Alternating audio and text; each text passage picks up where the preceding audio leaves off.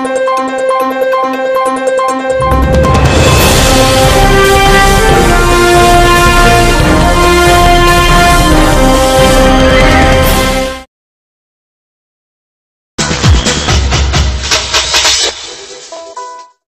भागात गेल्या काही दिवसांपासून पाण्याचा अत्यल्प पुरवठा केला जात आहे. मागणी करूनही पाणी पुरवठा वाढवण्यात येत नाही, तसेच कचरा देखील उचलण्यात येत नाही. या निषेधार्थ ठाणे महानगरपालिकेच्या मुंब्रा येथील पाणी पुरवठा विभागासमोर शानू पाठाण यांच्या नेतृत्वाखाली आंदोलन सुरू करण्यात आले होते. या आंदोलनात बाबाजी पाटील, सुनीता सातपुते, हिरा पाटील, फरजाना शेख, रेहाना पितलवाला, साकिब दाते, मैशर शेख, नाजिब बुबेरे, शोएब खान, शाकिर शेख, जाहिद राजपूत, कमरुन हुदा यांच्यासह मोठ्या संख्येने महिला, पुरुष आणि लहान मुले सहभागी झाले होते. या प्रसंगी पठाण यांनी गेल्या 15 दिवसांपासून 3 दिवस पाणी पुरवठा करण्यात येत नाही. काही ठिकाणी पाणी माफियांकडून पंप लावून पाणी खेचले जात आहे. टँकर माफियांकडून खुलेआम पाण्याची विक्री करीत आहेत. विकण्यासाठी पाणी आहे, मात्र गोरगरिबांना पाण्यासाठी वणवण करावी लागत आहे. दुसरीकडे कचरा उचलण्यासाठी कोट्यावधीचे ठेके दिले जात आहेत. शहराच्या विविध भागातील कचरा हटवण्यात येत नाही. अगदी मंदिराच्या आवारात देखील मंदिर परिसरात, शाळेजवळ कचराही उचलण्यात येत नाही, असा आरोप करीत पाणी माफियांवर मोका लावण्याची मागणी केली होती. 17 लाख लीटर पानी को चोरी किया जा रहा है. कल्याण फाटे से सिल फाटे तक पानी को डाइवर्ट किया जा रहा है. वॉलमैन को के नियोजन से 50-50 हजार रुपए रोज की रिश्वत चल रही है. बीएमसी में हाल ही में कार्रवाई किया गया है. बड़े बड़े पंप को जब्त किए और 50-50 हजार एक पंप फाइन लगाई. ऐसे कल्याण फाटे से सिल फाटे तक पानी को चोरी किया गया करके पानी को बेचा जा रहा है और 17 लाख पानी चोरी हो रहा है. और जो नागरिक है उनको ना मिलते हुए कमर्शियल लोगों को पानी दिया जा रहा है, जिसके कारण पीएमसी के करोड़ों रुपए का नुकसान भी हो रहा है और नागरिकों को पानी से महरूम किया जा रहा है. आज हम स्वच्छ थाना, सुंदर थाना की बात करते, स्वच्छ भारत अभियान की बात करते. मुंब्रा कौसा के अंदर मस्जिद और मंदिर के ऊपर कचरे का अंबार लगा है. 3 दिन से कचरे में उठाए जा रहे हैं. 3 दिन से कचरा पड़ा है. ये हालत है. लापरवाही, लाचार महापालिका, बेबस प्रशासन, ये हाल है. 2 दिन के अंदर ये प्रश्न नहीं छूटा. आयुक्त के बाद हंडा मोर्चा लेके और कचरा भी लेके जाएंगे. ये मंदिर, छोटा मंदिर और ये संजय नगर की मस्जिद 3 दिन से उठाया नहीं. 3 दिन से मलेरिया हो रही, लोगों को फीवर हो रहा है, बड़ी बड़ी बीमारियों को सामना करना पड़ रहा है. एक तरफ पानी की मार, पानी कम कचरा ज्यादा. स्मार्ट सिटी के नाम पे हम बात करें, करोड़ रुपए का टेंडर लिया जा रहा है. प्रशासन क्या कर रही है? मजबूरी में हमको आयुक्त के कैबिन के बाहर 2 नगर सेवक, मैं यही बैठूंगा, 2 नगर सेवक नागरिक कचरा और हंडा लेके वहां कैबिन के बाहर जाने वाले हैं. महाराष्ट्रातील भगिनींना आधार देणारी राज्य शासनाची मुख्यमंत्री माझी लाडकी बहीण योजना. या योजनेअंतर्गत अल्प उत्पन्न गटातील 21 ते 65 वयोगटाच्या भगिनींना मिळणार दरमहा 1500 रुपयाची मदत. अर्ज करण्यासाठी 31 ऑगस्ट 2024 पर्यंत मुदतवाढ. कुटुंबाचं वार्षिक उत्पन्न 2.5 लाख रुपयांपेक्षा कमी असलेल्या महिला पात्र. कुटुंबाकडे पिवळं किंवा केशरी रेशन कार्ड असल्यास उत्पन्नाचा दाखला आवश्यक नाही. पांढरं रेशन कार्ड असेल किंवा रेशन कार्ड नसेल तर कुटुंबाचं वार्षिक उत्पन्न 2.5 लाखांपेक्षा कमी असल्याचा दाखला आवश्यक. योजनेसाठीचा ऑनलाईन अर्ज नारी शक्ती दूत ऍप वरून किंवा पोर्टलवर भरता येईल. ज्या भगिनींना ऑनलाईन अर्ज भरता येत नसेल त्यांच्यासाठी अंगणवाडी, ग्रामपंचायत, वॉर्ड ऑफिस, सेतू सुविधा केंद्रामध्ये किंवा आशाताई बचत गटाच्या CRP यांची मदत उपलब्ध. आता आपल्याला अभिमानाने म्हणता येईल, सुखी आणि सुरक्षित आहे माझी लाडकी बहीण. महाराष्ट्रात आता देशी गायींची ओळख राज्यमाता गोमाता अशी असेल. भारतीय संस्कृती जपणाऱ्या देवाभाऊंच्या महायुती सरकारने हा निर्णय घेतलाय. या संबंधीचा शासकीय अध्यादेश नुकताच जारी करण्यात आला आहे. महाराष्ट्रात देशी गायींच्या संख्येत वाढ करून त्यांचं संवर्धन करण्याच्या दृष्टीने देशी गायींच्या पालन पोषणासाठी पशुपालकांना प्रेरित करण्यासाठी हा महत्त्वाचा निर्णय घेण्यात आला आहे. राज्यात देशी गायींच्या संवर्धनासाठी प्रति गाय प्रतिदिन 50 रुपये अनुदान देण्यात येईल. गोशाळांना अत्यल्प उत्पन्न असल्याने त्यांच्या मदतीसाठी हा निर्णय घेण्यात आला. या योजनेची अंमलबजावणी ऑनलाईन पद्धतीने केली जाणार आहे. यासाठी राज्यातील प्रत्येक जिल्ह्यात गोशाळा पडताळणी समिती असेल. या निर्णयामुळे गोमातेचे रक्षण होणार आहे. देशी गायीचं संवर्धन झालं पाहिजे म्हणून हा दर्जा देण्यात आलेला आहे। आणि एवढंच नाही तर ज्या ठिकाणी पांजरपोळ आहे, ज्या ठिकाणी व्यवस्था आहे, अशा ठिकाणी देशी गाईच्या चाऱ्याकरता मदत करण्याचा निर्णय देखील राज्य सरकारने घेतलेला आहे। गायीला गोमातेचा दर्जा देण्याची प्रलंबित मागणी महायुती सरकारने पूर्ण केल्याने हिंदुत्ववादी संघटनांनी महायुती सरकारचे आभार मानले आहेत।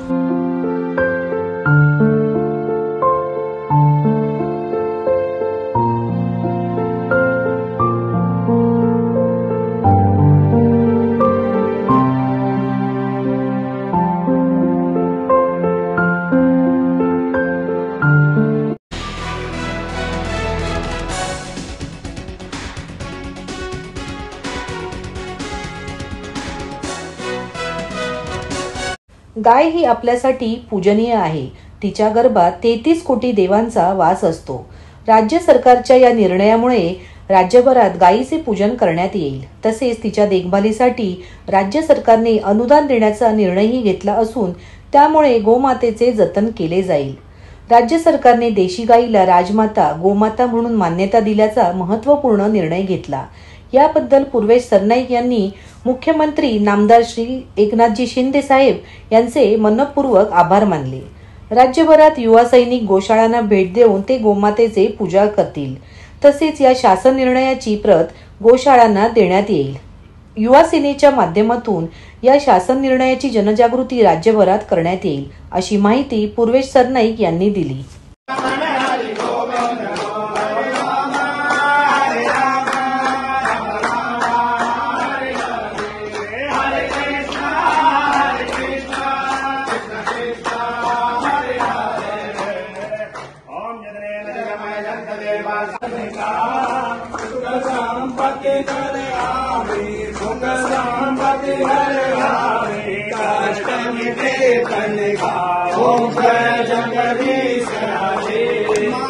पिता तुम मेरे शरण में किसकी हो जाने शरण में किसकी तुम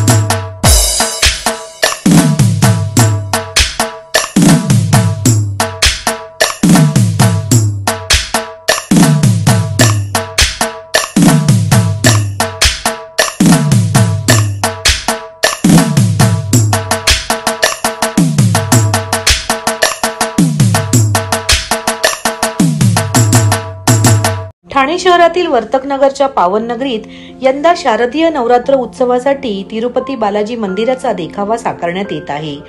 सन्मान युवा प्रतिष्ठानचे संस्थापक आयोजक राजेंद्र फाटक व शिवसेनेच्या माजी नगरसेविका राधिका फाटक यांच्या सौजन्याने होत असलेल्या या नवरात्र उत्सवात यंदा तिरुपती बालाजी मंदिराच्या देखाव्यात प्रभू श्री रामाची बालाजीची मूर्तीच्या मधोमध देवी अंबेमा विराजमान होणार आहे।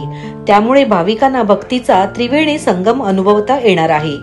सन्मान युवा प्रतिष्ठानचे यंदा रौप्य महोत्सवी वर्ष असून या नवरात्र उत्सवाला राज्याचे मुख्यमंत्री एकनाथ शिंदे तसेच खासदार नरेश मस्के, आमदार प्रताप सरनाईक आदी मान्यवर उपस्थित राहणार आहे, अशी माहिती आयोजक राजेंद्र फाटक व राधिका फाटक यांनी मंगळवारी पत्रकार परिषदेत दिली। या प्रसंगी शिवसेना सचिव सिनेनाट्य अभिनेते सुशांत शेलार उपस्थित होते। या उत्सवात लाडक्या बहिणींसाठी खेळ रंगला पैठणीचा या विशेष कार्यक्रमाचे आयोजन करण्यात आले आहे। या कार्यक्रमाची शोभा वाढवण्यासाठी प्रसिद्ध मराठी अभिनेत्री प्राजक्ता माळी उपस्थित राहणार आहे।